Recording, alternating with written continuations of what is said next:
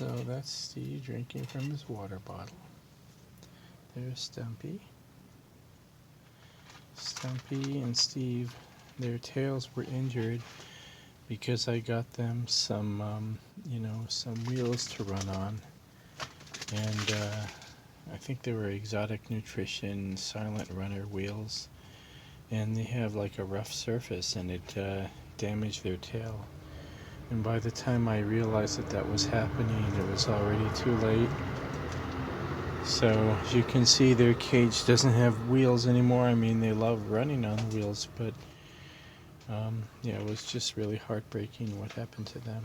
All right, come here. Yeah, anyway, their tails helps me tell them apart because Steve's tail is curly and Stumpy's tail is stumpy. So Steve just went inside my shirt, and there is Stumpy. There's Stumpy. Oh, hard to keep track of you. Come here, buddy. Okay. Yeah. You know, being roof rats, they are a little bit jumpier than Norway rats, and they don't love it when you touch them so much. Except for Tommy, he's like, because of what happened to him. I mean, basically, he got so used to us handling him, he just accepts it now. But they do like going inside my shirt, which they learn to do. See what he's doing since they were babies, and they just keep doing it now. Yeah, and they obviously like being with me. Right, Stumpy. Yeah. And there's Steve inside my shirt. Stumpy was in there earlier, before I started filming. So, they're about as tame as a roof rat can get, I would say. Except for Tommy and, of course, Roofy.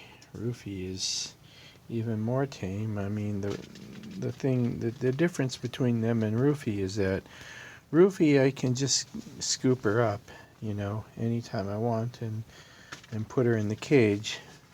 Whereas these guys, if they like going in their cage, as you can see, they're fine with it. But, that's sort of like their choice. It's sort of hard to like make them go in the cage, which is why I have to play with them inside this tent. Because, I don't know, this has never happened with them, but obviously because I still have them, but there's always the risk that they might run off while they're inside the house, and then I wouldn't be able to catch them and put them back inside the cage. And rats can be very destructive. These guys are, they're highly destructive animals. They just really like chewing on stuff. It's in their nature, these kind of rats. Ratus ratus. You can see that used to be a house. They've chewed all the husk off the coconut, and then there's some wood and stuff inside there that they chewed off, and look what they did to their pods. I would be happy, and they chewed that too. Yeah. I would be happy to give them hammocks and stuff, but obviously they wouldn't last long. That's like one of the main differences between them and Norway rats is the level of energy they have, the amount that they like to chew, and the fact that it's hard to kind of catch them and put them someplace. In that respect, it makes them harder, to be pets. It's what's the primary reason why they're not really so domesticated is simply because they like to chew much more. They're hard to control, and yeah, they're just really athletic. If you put them on a sofa or something, they won't stay there very long because they can climb and jump much more than Norway rats can, and they're much more inclined to do so. But that said, it doesn't mean that they don't like me. They love me. See, he really does.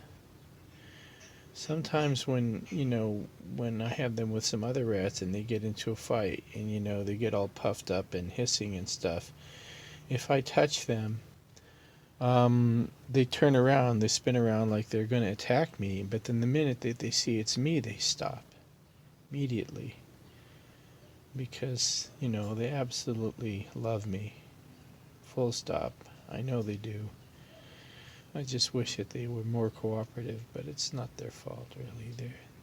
It's in their nature. It's not a sign of lack of, care. It's just that it's hard for them to be different than what they are. And they're animals at the end of the day. They don't realize that what they're doing upsets me. They just do it because they're naturally inclined to do it. And punishing them or scolding them obviously wouldn't do any good. I try to give them other outlets for their desire to chew, right?